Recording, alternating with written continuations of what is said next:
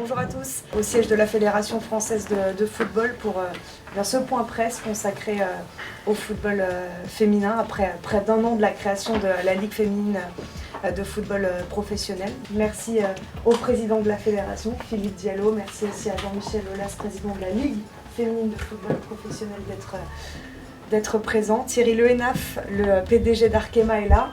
On va prendre le temps de faire un bilan après d'un an de création de la Ligue. Bonjour à toutes et à tous. Effectivement, quand j'étais à la tête de la fédération, on a souhaité faire du football féminin une priorité, puisqu'on avait, après la Coupe du Monde 2019, connu un très grand engouement autour du football féminin, et puis le soufflet était un peu tombé.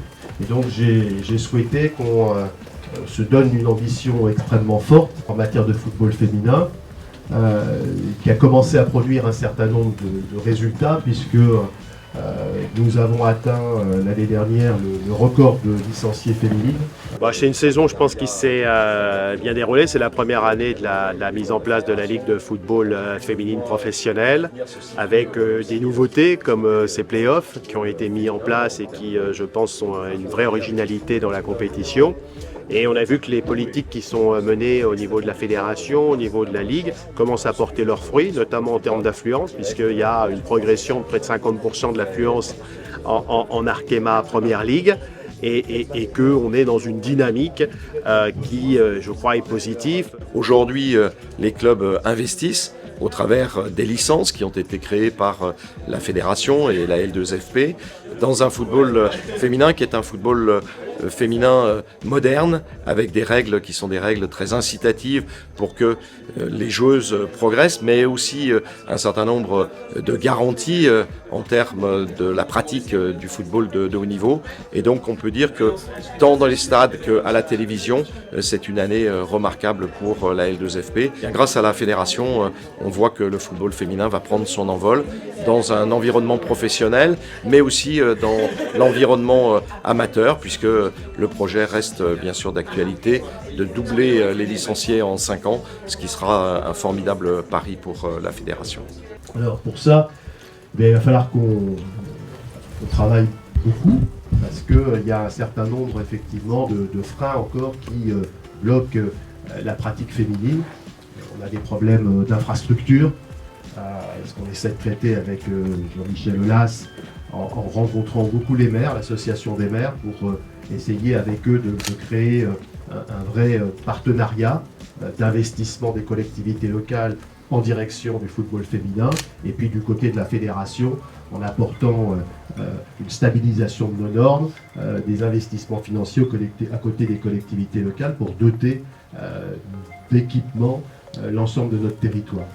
Notre feuille de route, elle est claire, elle est ambitieuse, et je crois qu'on s'est donné les moyens de la réaliser dans des bonnes conditions dans les saisons qui viennent.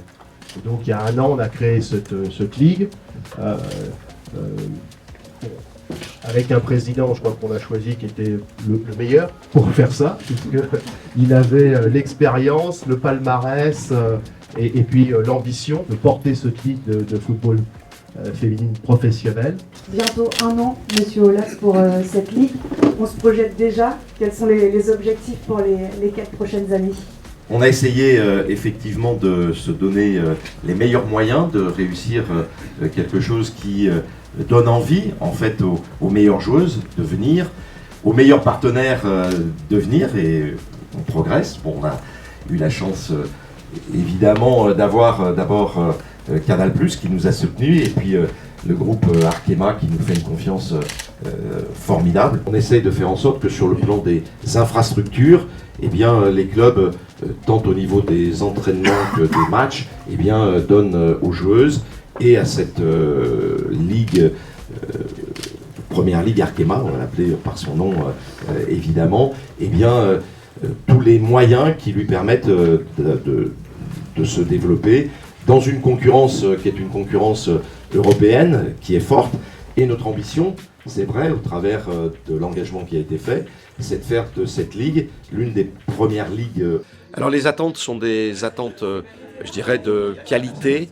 Il faut que nous ayons dans l'évolution de la préparation des joueuses, la mise en place de ce qui a été conçu, c'est-à-dire une fédération qui s'occupe de la préformation des jeunes filles et puis des centres de formation dans les clubs professionnels qui vont permettre d'avoir une préparation un peu comme chez les garçons il y a quelques années, qui partent de la préformation jusqu'au football professionnel pour que l'équipe de France progressivement puisse bénéficier de toute cette formidable structure de la direction technique nationale et des clubs professionnels dans les centres de formation.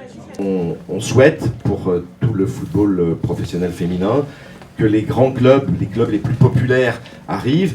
Et c'est vrai que, bon, je sais que Marseille jouera d'ailleurs aussi le titre de Seconde Ligue dimanche, je crois, à Marseille. Mais la montée, l'arrivée de Marseille et puis de Lens, qui a su véritablement faire sa place, nous apporte un certain nombre de raisons d'espérer de battre l'année prochaine encore non seulement des records en matière d'affluence, mais aussi pour chaque match des dynamiques qui sont des dynamiques porteuses. La bonne nouvelle, c'est que Arkema va nous rejoindre pour une durée encore plus longue. Arkema vient de confirmer la prolongation de son contrat pour les 3 prochaines années. C'est à la fois une fidélité, mais aussi une confiance vis-à-vis du développement du football féminin. Donc moi, je tire un premier bilan très positif de cette saison. Le partenariat se prolonge donc avec la Première Ligue pour Arkema. Exactement, pour 3 années supplémentaires, jusqu'en 2028.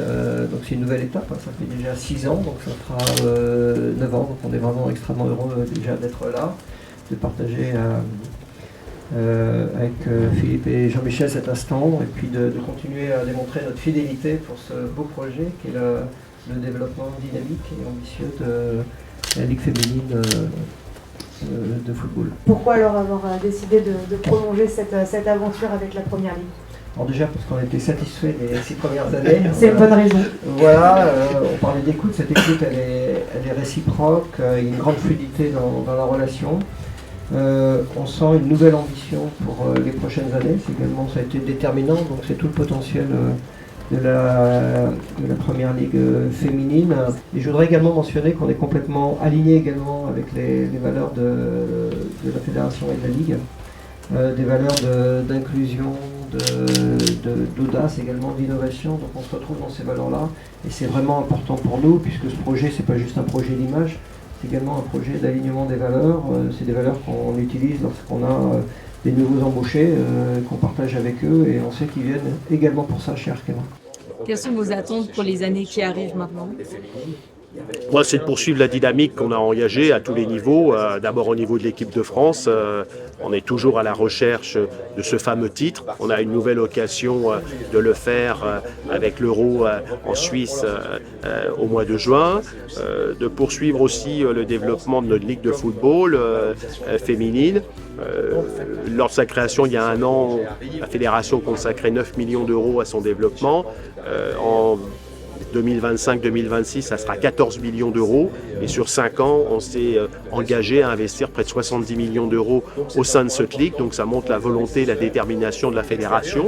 Et puis, le 3e pilier, c'est le football féminin amateur. Et là aussi, avec un objectif très ambitieux, c'est celui de passer les 250 000 licenciés actuels, et qui est déjà un record, à 500 000.